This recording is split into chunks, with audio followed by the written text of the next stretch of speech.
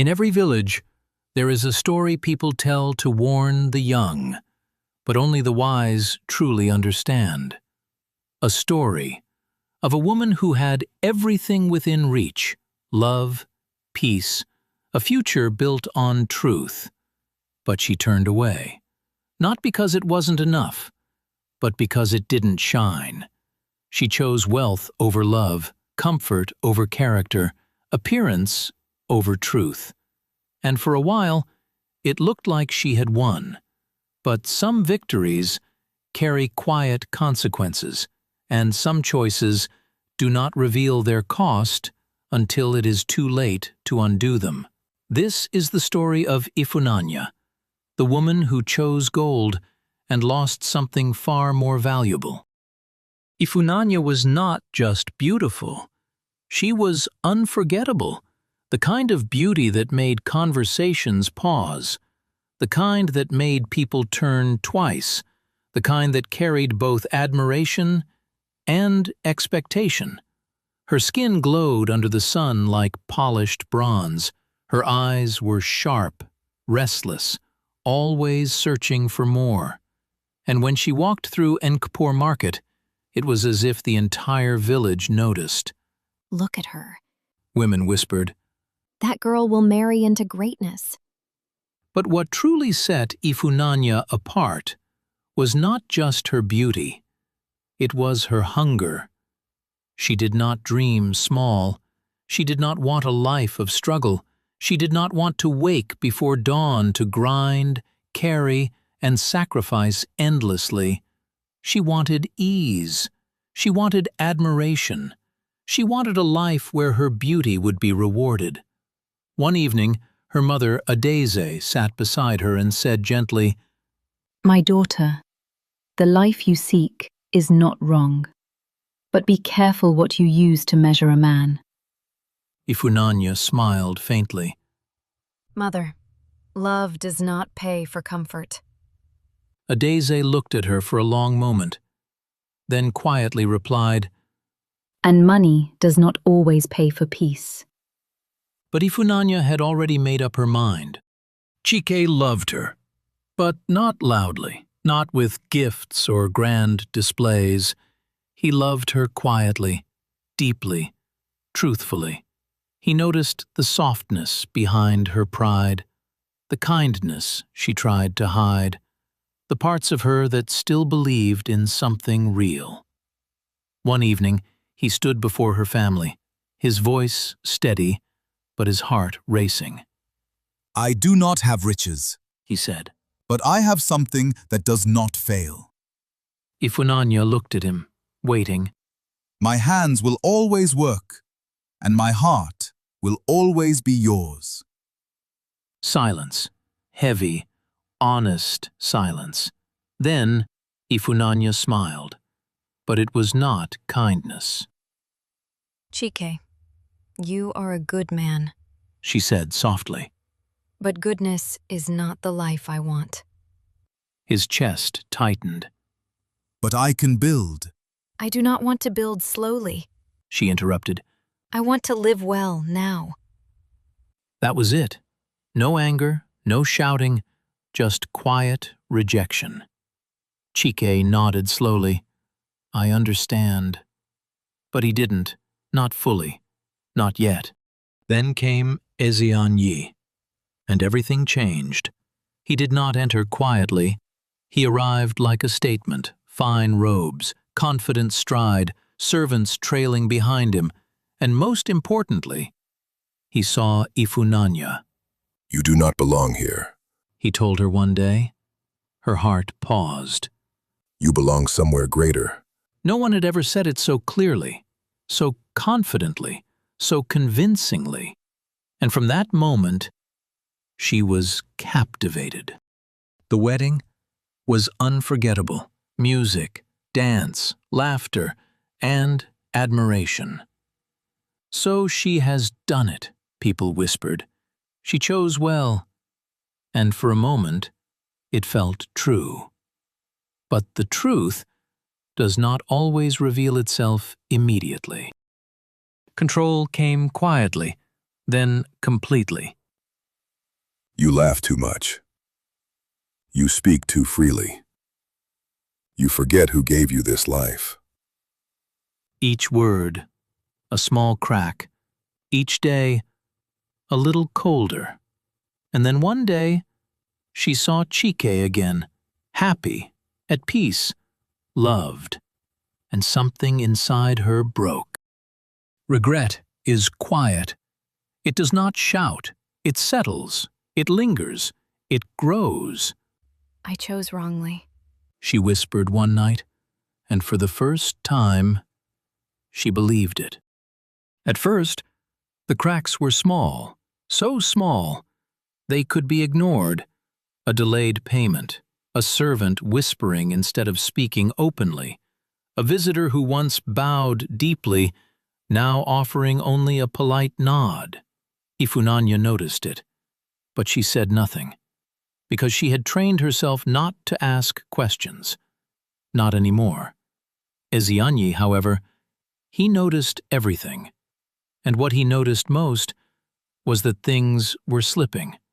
The first time he raised his voice at a servant, it startled everyone, not because he had never been stern, but because this time there was fear in it, not authority, fear. Where is the money from the Eastern trade? He demanded. The servant hesitated. There were complications. That word, complications. It lingered in the air like a warning. Ezianyi's jaw tightened. There are no complications. He snapped. There are only failures. But even as he spoke, something in his voice betrayed him, because deep down, he knew this was not just a delay. Something was wrong. Days turned into weeks, and the house began to change, not suddenly, not dramatically, but quietly, subtly. One servant left, then another. Excuses were given. Family matters, urgent travel. But the truth was simpler. They no longer trusted the stability of the house, and in a place built on image, that mattered. Ifunanya walked through the compound one morning and felt it, the silence. It was different, not peaceful, empty. The laughter that once echoed through the halls was gone. The footsteps that once filled the air had faded. Even the walls seemed colder. She paused near the entrance, looking around slowly, and for the first time, a question formed in her heart. What is happening? That evening, she tried to speak. Is everything all right? She asked carefully, as Zeynep didn't look at her. Everything is as it should be. But his tone was sharp, dismissive, final. She lowered her gaze, because she had learned that this was not a man who welcomed questions. But the truth does not disappear just because it is ignored. It waits, and when it reveals itself, it does not ask permission. The next morning, they came. Not guests, not traders, not friends. Men, serious men, with firm expressions, and no interest in ceremony. They stood at the entrance of the compound, waiting, unmoved. When Ezianyi stepped outside to meet them, Ifunanya watched from a distance. She could not hear the words, but she could read the tension, the stiffness in his posture, the way his hands moved sharply as he spoke, the way the men did not bow, did not smile, did not yield. Then one of them handed him something, a document, and in that moment, everything changed. Ezianyi's face, once so composed, so controlled, cracked, just slightly, but enough for her to see. That night, there was no dinner, no conversation, no movement, just silence. Heavy, unavoidable silence. Days passed, and the illusion continued to unravel. The rich fabrics began to disappear. The decorations were quietly removed. Rooms once filled with life now stood bare. The house that once felt like a palace now felt like a shell. And Ifunanya changed. He became restless, pacing, thinking, muttering to himself, sometimes angry, sometimes distant, sometimes completely unreachable. One night, he lashed out, not with violence, but with words, sharp, cutting words. You think this is easy? He snapped suddenly. Ifunanya froze. I gave you everything. He continued. Everything you wanted. His voice rose. And now you look at me as if I have failed you? She shook her head quickly. No. But he interrupted. You chose this life. He said coldly. Do not forget that. And that was the moment. Something inside her shifted, because for the first time, she saw clearly. Not the man she married, but the truth behind him. This was never about love, never about partnership, never about building something together. It was about power, control, image. And now that the image was breaking, so was everything else. The morning she went to the river. She did not plan it. Her feet simply carried her there, as if her soul knew, before her mind did. The village was quiet, the air still, the kind of stillness that feels like a pause before something important. She walked slowly, barefoot, her once rich clothing now simple, unadorned, unimpressive, just her. When she reached the river, she stopped. The water moved gently, calm, unbothered, unaffected by everything that had happened. She knelt down and looked at her reflection.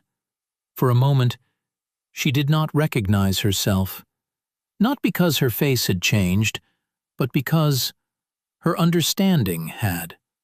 I chose this. She whispered, her voice barely audible.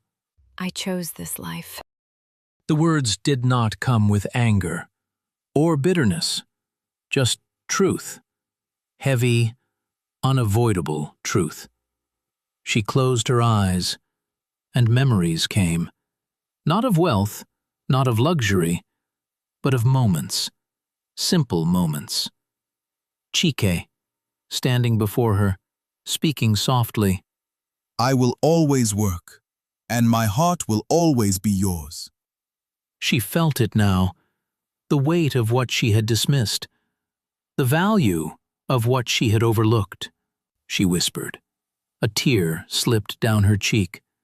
I thought I knew what mattered. Another tear followed. But I was wrong. The wind moved gently around her, soft, comforting, as if the world itself was acknowledging her realization. She did not cry loudly. There was no dramatic collapse, just quiet release, the kind that comes when truth finally settles. For the first time in a long time, her shoulders relaxed, her breathing softened, her heart began to feel lighter, because something powerful had happened. She had stopped pretending, stopped chasing, stopped measuring life by what others admired. She had finally seen clearly, and in that clarity, there was freedom. She stood slowly, looking out across the water, the sun rising gently in the distance.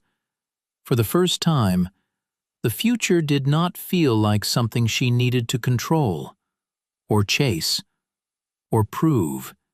It simply was, and that was enough. She turned and began walking back toward the village, not as the woman people once envied, not as the woman who married wealth, but as someone new, someone wiser, someone who had learned the true cost of illusion.